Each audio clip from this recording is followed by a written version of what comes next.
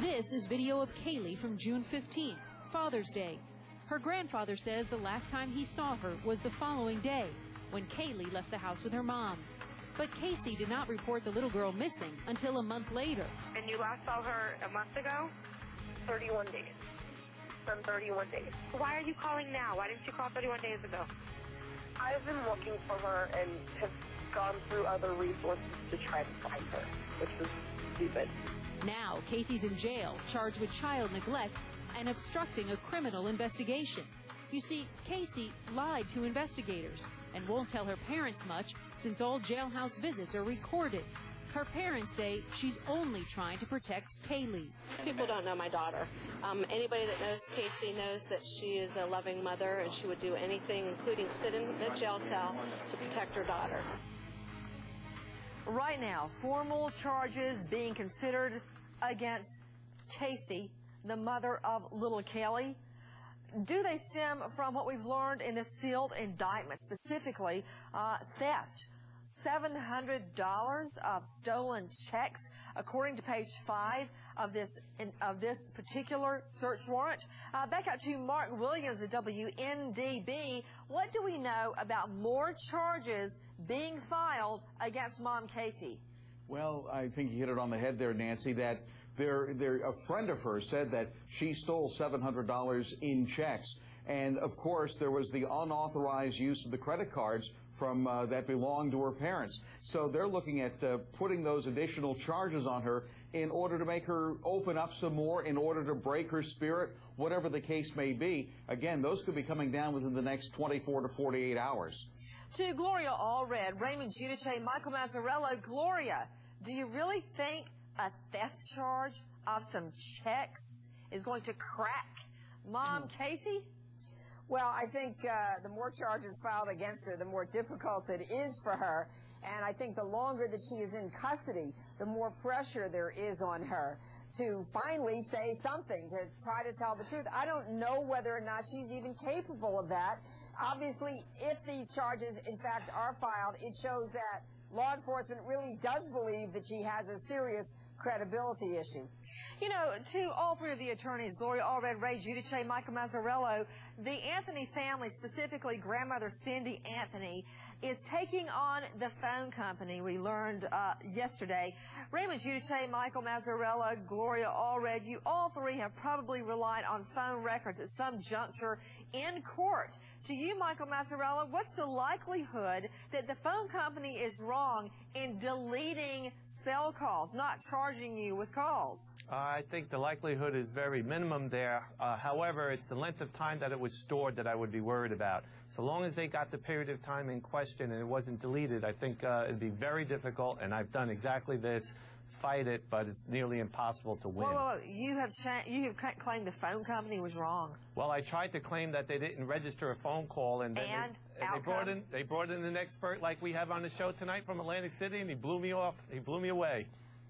Raymond Giudice, I think it's more likely the phone company would charge you for a couple of international phone calls. Yeah, Nancy, they bring in some really serious folks with some really serious technological expertise, and unless you've got a whole lot of money to bring counter experts against that, which most of us don't when we're defending criminal cases, you're not getting anywhere with it, is my point. Put Ray back up there.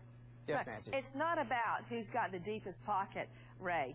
The reality is that in many, many cases, criminal and civil, attorneys rely on phone records. That's right. The reason you don't fight them is not because you don't have a lot of money. The reason you don't fight them is because they're correct. No, but Nancy, we need the experts to fight it. That's right, and to at least raise some reasonable doubt to a jury that there is a possibility that the seeing you got me all wrong. Maybe I didn't communicate correctly, because I'm not talking about your strategy in court about how to trick a jury. I'm talking about the truth. I'm talking about this little girl being lost in these phone calls. That's what we're talking about, Nancy. What if the phone company made a mistake? Nancy, sorry. No, I'm not talking about creating reasonable doubt. I'm talking about, were there phone calls from the nanny specifically where she put little Caylee on the phone and Mom Casey talked to her? Did that phone call exist? Because according to this search warrant, it didn't.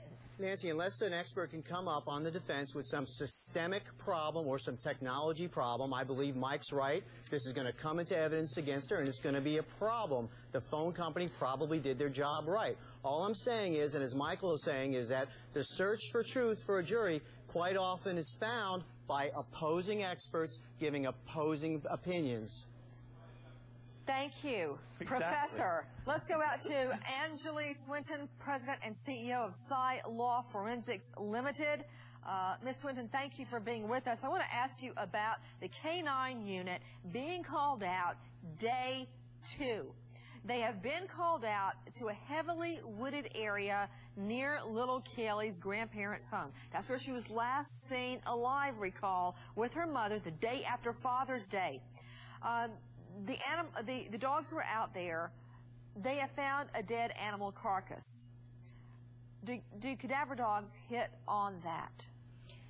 No, Nancy. The cadaver dogs that were used the first time in this case, and I believe that were employed again this most recent time, are trained to alert specifically to the scent of human remains. My understanding was that there were reports to police of some type of suspicious smell, which is why they brought the dogs back out, and it turned out in this instance they didn't find any human remains, and they did in fact find a dead animal. You know, speaking of bringing the dogs out, back to Nikki Pierce with WDBO. Nikki, every move we see the police making is not about a missing child. Have you noticed that? I have noticed that, although, to be fair, they are doing 2 parallel investigations. They're doing a missing persons investigation and a criminal division investigation, which probably could be called a homicide investigation. But as I understand it, they're out every single day with the dogs and searching different tips and trying to find this little girl if it's at all possible. To Mark Williams, I keep hearing about the K-9 units, about air tests, snip tests being sent to a Tennessee lab called the Body Farm. I'm not hearing about the search by police for a missing little girl. It sounds like a homicide investigation to me.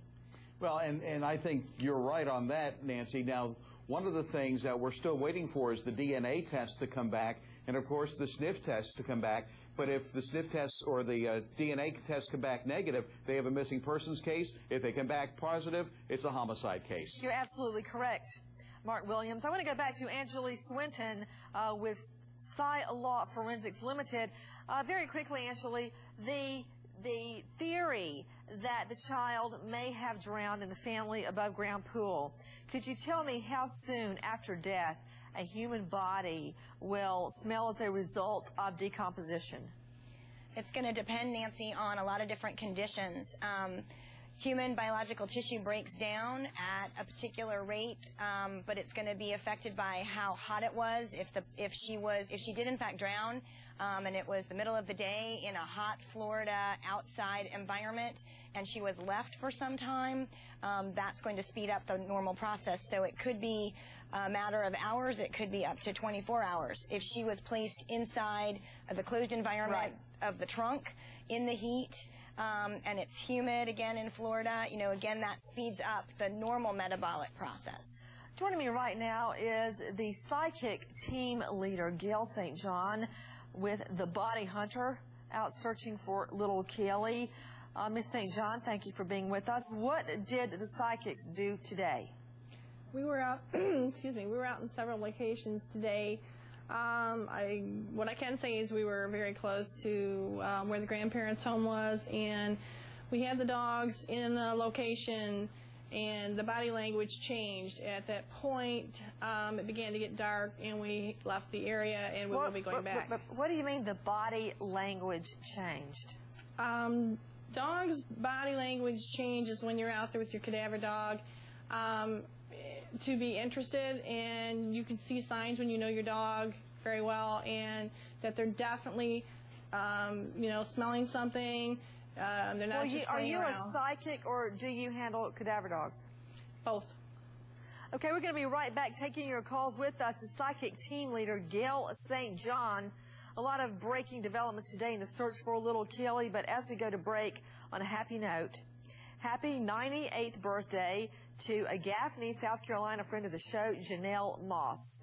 Since her 80th birthday, she's held down 3 jobs, taking care of the elderly, many younger than her, She's an expert seamstress and extremely popular as a hostess at the Sage Brook Steakhouse. She's the oldest employee in the entire chain nationwide. They love her, and so do we. Happy birthday, Miss Janelle.